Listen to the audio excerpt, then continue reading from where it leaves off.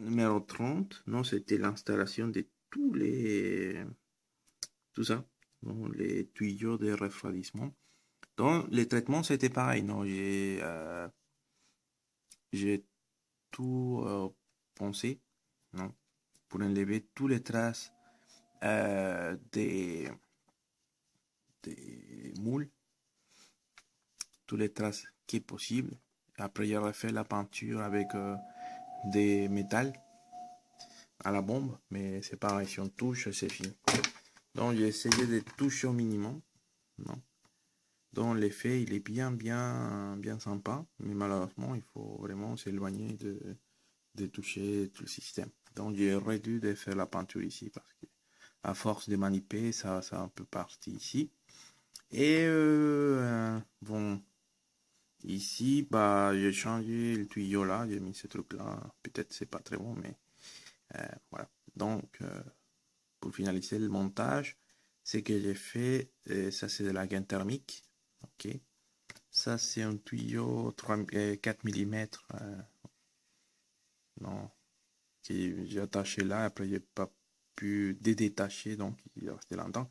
La gaine thermique, il n'aime pas, j'ai pas encore réchauffé. Donc, parce que là, ces parties-là, ça peut l'abîmer la chaleur. Donc, il faudra que j'essaye de trouver le moyen. Ici, également, j'ai mis de la gaine thermique et ça, c'est euh,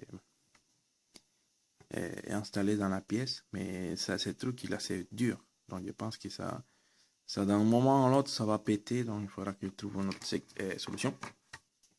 Ici, bah, c'est pareil. C'était le même traitement. Répandre. Ici, j'ai mis des petits tuyaux de gain thermique. Ici et ici, peut-être je vais refaire, tu sais, les anneaux là pour deux anneaux ici, deux anneaux ici. De l'autre côté, pareil.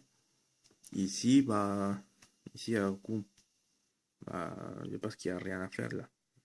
C'est moche comme ça. Et voilà. Dans tout cas, je pense que ça se voit pas. Donc, donc voilà. Donc, c'est. Attends, j'ai un peu résumé.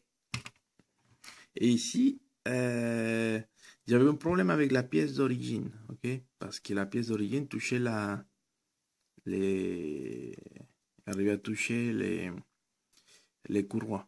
Donc, j'ai installé un autre tuyau qui est mais flexible. Donc, ce tuyau, c'est un silicone, ok? C'est un tuyau de 4 mm. Il a un peu de mal à tenir en place, mais il faudra que je recolle ça. Mais voilà. Donc, il est flexible, il ne touche plus mon machin là et ça fonctionne. Ça marche encore et c'est bien quoi. Je ne sais pas si ce type de connexion ici est correct, mais je ne sais pas, ça se voit joli. Peut-être c'est pas correct, hein. J'ai également fait ça, mais c'est pas du câble électrique, c'est un câble en acier, non? Donc c'est un peu difficile à faire ça correctement. Et après, pour placer ces trucs en place avec avec un aspect naturel, c'est un peu compliqué parce que c'est trop dur. Mais c'est bien pour faire ce type euh, de- d'effet des câbles électriques sans besoin de passer par un câble électrique. Et en plus, il est assez petit, hein. Assez petit, mais c'est juste ça qui est un peu dur. Parce que c'est pas forcément un câble électrique. Et ici, bah, ici, bon, et ce tuyau-là, comme il est en silicone, il est assez flexible, donc il a rentré sans problème dans la pièce là. Donc, ce qu'il me reste à faire, c'est faire juste les anneaux, comme j'ai fait ici, des anneaux comme ça. Vous voyez que ça part.